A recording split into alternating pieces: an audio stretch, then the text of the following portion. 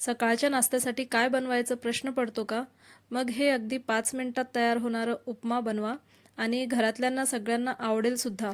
तर नमस्कार मंडळी, माझ्या यूट्यूब चॅनलवर तुमचं सर्वांचं खूप खूप स्वागत करते आणि उपमा बनवायला सुरुवात करते. आता इथे मी छोटासा एक गाजर कापून घेतलेला आहे, बारीक असे कट करून घेतलेले आहे आणि कांदे पण एक बारीक असं कट करून हिरव्या मिरच्या घ्यायच्या आहे.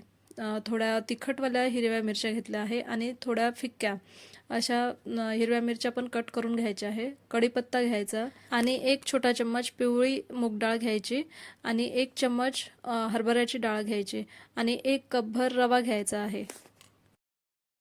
आता गॅसवर कढई ठेवायची आणि हे जे रवा आहे आपल्याला भाजून घ्यायचं आहे. जास्त एकदम लालसर होईपर्यंत भाजायचं नाही आहे, फक्त त्याचं कच्चपणा जाईपर्यंत थोडंसं 2 ते 3 मिनिटपर्यंत भाजून घ्यायचं आहे. थोडाच वेळ रव्याला भाजायचं आहे. आता रवा छान 2 मिनिट भाजून झाला की एखाद्या बाउलमध्ये वगैरे काढून घ्यायचं आणि तीच कढई परत गॅसवर ठेवायची. त्यात थोडं तेल टाकायचं, 2 ते 3 चम्मच तेल टाकायचं आणि शेंगदाणे भाजून घ्यायचे. त्यासोबतच थोडे काजूचे काप पण घेतलेले आहे मी. काजूचे काप आणि शेंगदाणे छान लालसर होईपर्यंत तळून घ्यायचे आणि एखाद्या वाटीमध्ये साईडला काढून घ्यायचं.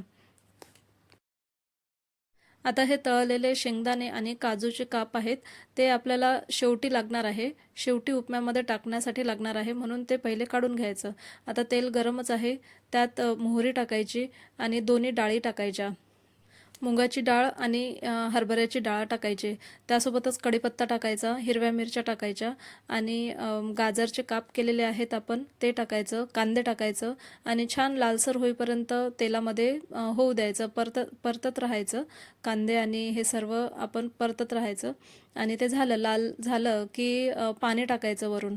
आता आपला 1 कप रवा आहे तर 1.5 कप असं पाणी टाकायचं आणि यातच मीठ टाकून घ्यायचं आणि फिरवून घ्यायचं आणि ह्या पाण्याला थोडी उकळी येऊ द्यायची आणि उकळी आल्यानंतर जे आपण भाजलेला रवा आहे तो भाजलेला रवा थोडं थोडं करत टाकत राहायचं आणि जो चम्मच आहे ते फिरवत राहायचं. तर जेणेकरून रव्याची गाठी होणार नाही असं चम्मच सारखं फिरवत राहायचं. पाण्याला उकळी आल्यानंतरच रवा टाका, कारण पाणी जर थंड असेल आणि आपण जर रवा टाकतो ना तर त्यात गाठी होण्याची म्हणजे शक्यता असते. त्यापेक्षा पाण्याला उकळी येऊ द्यायची आणि नंतर रवा टाकायचं, त्यामुळे उपमा छान सॉफ्ट बनतो आपला.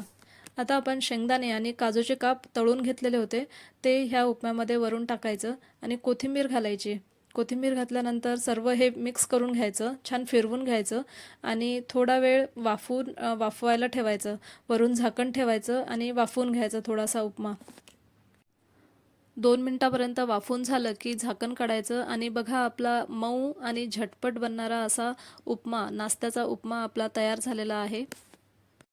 अशा प्रकारे तुम्ही पण एकदा नक्की असा उपमा करून बघा.